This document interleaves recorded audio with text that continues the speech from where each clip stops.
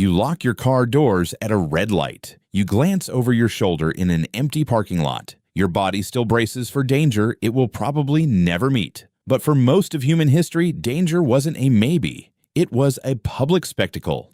And the punishments built to control people were not designed to be forgotten. They were designed to be watched. Start with the wheel. A condemned man was tied spread-eagled to a large wooden cartwheel. His limbs were shattered, joint by joint, with an iron bar. Then his broken body was woven through the spokes and hoisted upright in the town square. He was left there, sometimes for days. The crowd didn't look away. That was the point. Why show it? Because fear travels faster than law. A written rule can be ignored. A body breaking in public cannot. Move to the brazen bull, a hollow bronze bull built large enough to hold a person inside. A fire was lit beneath it. The metal grew unbearably hot. The victim's screams echoed through pipes shaped like the bull's nostrils, so from outside, it sounded like the bull itself was roaring. Executioners called it music. Think about that for a second. Someone engineered suffering to also be entertaining. Then there's the rack. Wrists bound at one end, ankles at the other, connected to rollers that slowly stretched the body in opposite directions. Joints dislocated, ligaments tore.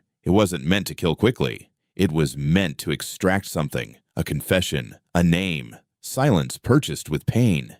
Here's the strange part. Confessions given under the rack were rarely reliable. People said whatever stopped the pulling. Courts knew this.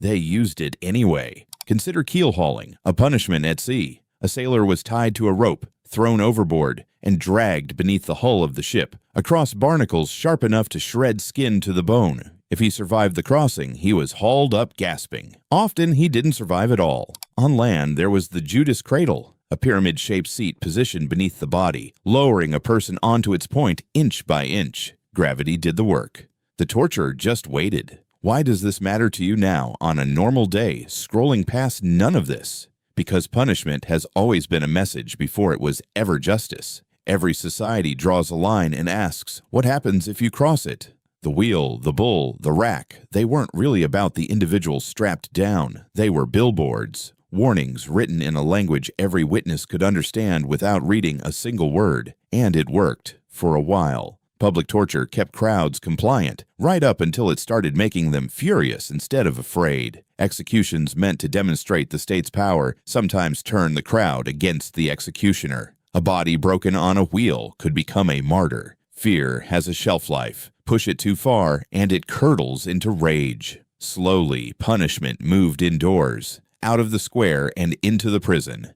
Not because societies became gentler overnight, but because visible suffering had stopped being useful. Control needed a new shape, quieter, less likely to spark a riot in the street. You don't watch wheels or brazen bulls today, but you still live inside the shadow of what they were built to do. Every warning sign, every visible security camera, every flashing light behind you in traffic works on the same old logic. Make the consequence visible enough, and most people will police themselves before anyone has to touch them at all. So the next time your pulse jumps at a siren, you weren't even the target of. Remember, you're not overreacting. You're running an old program. One built in a world where punishment wasn't hidden away. It was staged. And your body still remembers the audience.